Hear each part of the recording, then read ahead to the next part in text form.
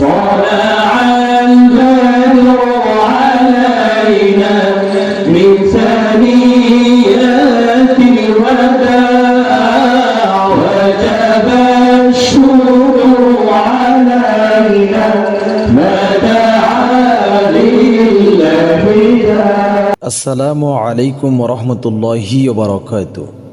দেশে কিংবা প্রবাসে যে যেখান থেকেই দেখছেন সকলকে জানাই আন্তরিক অভিনন্দন।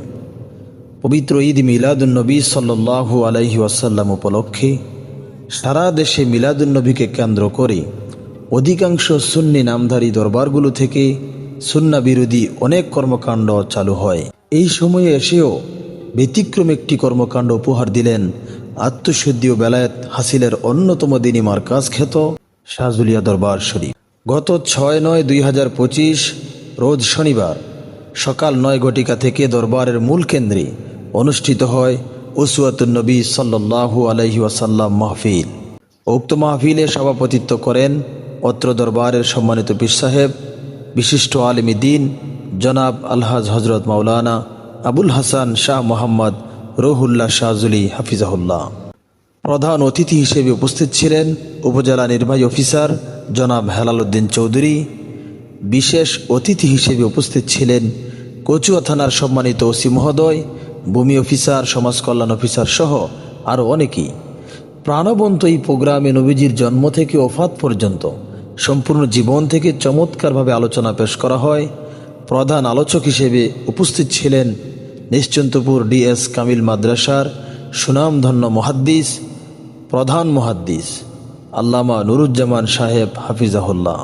নবীজির জীবনের বিভিন্ন অংশ থেকে গুরুত্বপূর্ণ আলোচনা রেখেছেন শাহজুলিয়া দরবার শরীফের সম্মানিত মুবাল্লিগগণ। আমালুন নবী সাল্লাল্লাহু আলাইহি সাল্লাম এই বিষয়ের উপর গুরুত্বপূর্ণ আলোচনা পেশ করেন দরবারের সিনিয়র মুবাল্লিগ মাওলানা মিজানুর রহমান সাহেব। প্রতিবেশীর সাথে নবীজির আচরণ কেমন ছিল এই বিষয়ের উপর আলোচনা পেশ করেছেন আল্লামা নুরুল্লাহ শাহজুলি হাফিজাহুল্লাহ। ইত্তেবায়ে রাসূলের উপর আলোচনা পেশ করেছেন মুফতি মাসুম বিল্লাহ বেলালী হাফিজাহুল্লাহ। রাসূল সাল্লাল্লাহু আলাইহি ওয়াসাল্লামের সালাতের উপর গুরুত্বপূর্ণ আলোচনা পেশ করেন মুফতি আব্দুল হান্নান হামিদি হাফিজাহুল্লাহ। নবীজির পারিবারিক জীবন নিয়ে আলোচনা করেন মাসুম বিল্লাহ আফসারী সাহেব। নবীজির দেহের সৌন্দর্য কেমন ছিল তা নিয়ে আলোচনা করেন মোল্লা শরীফুল ইসলাম সাহেব। আল্লাহর রসুলের চরিত্র কেমন ছিল তার উপর আলোচনা করেছেন মাওলানা আজিজুল হক সালেহী।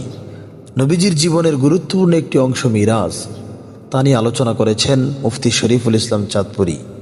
নবীজির জীবনের বিভিন্ন অংশ থেকে আরও অনেক ওলামায়ে কেরামগণ গুরুত্বপূর্ণ নসিহত পেশ করেছেন।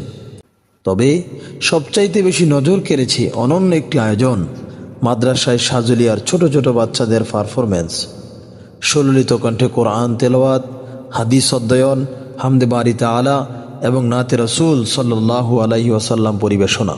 এখানে এসেই জানতে পারলাম মাদ্রাসায় শাহজুলিয়ায় মাত্র 5 মাসে আল্লাহ পাকের 30 পারা কোরআন তার সিনার মধ্যে ঢুকিয়ে নিয়েছে ছোট্ট এই বালক। আপনারা দেখছেন উসওয়াতুন নবী সাল্লাল্লাহু আলাইহি ওয়াসাল্লাম মাহফিলে জোহরের নামাজের স্থির চিত্র।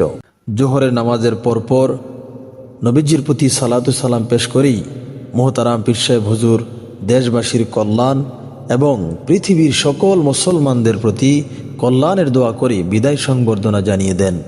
অবশেষে বলবো উসওয়াতুন নবী সাল্লাল্লাহু আলাইহি ওয়াসাল্লাম মাহফিল ছিল এক অনন্য দৃষ্টান্ত, যা থেকে পৃথিবীর মুসলমানেরা অনুপ্রাণিত হবে। আল্লাহ তাআলা এই প্রোগ্রামকে কবুল করুক, প্রাণের দরবারকে কবুল করুক। আজকের মতো এখানে বিদায় নিচ্ছি।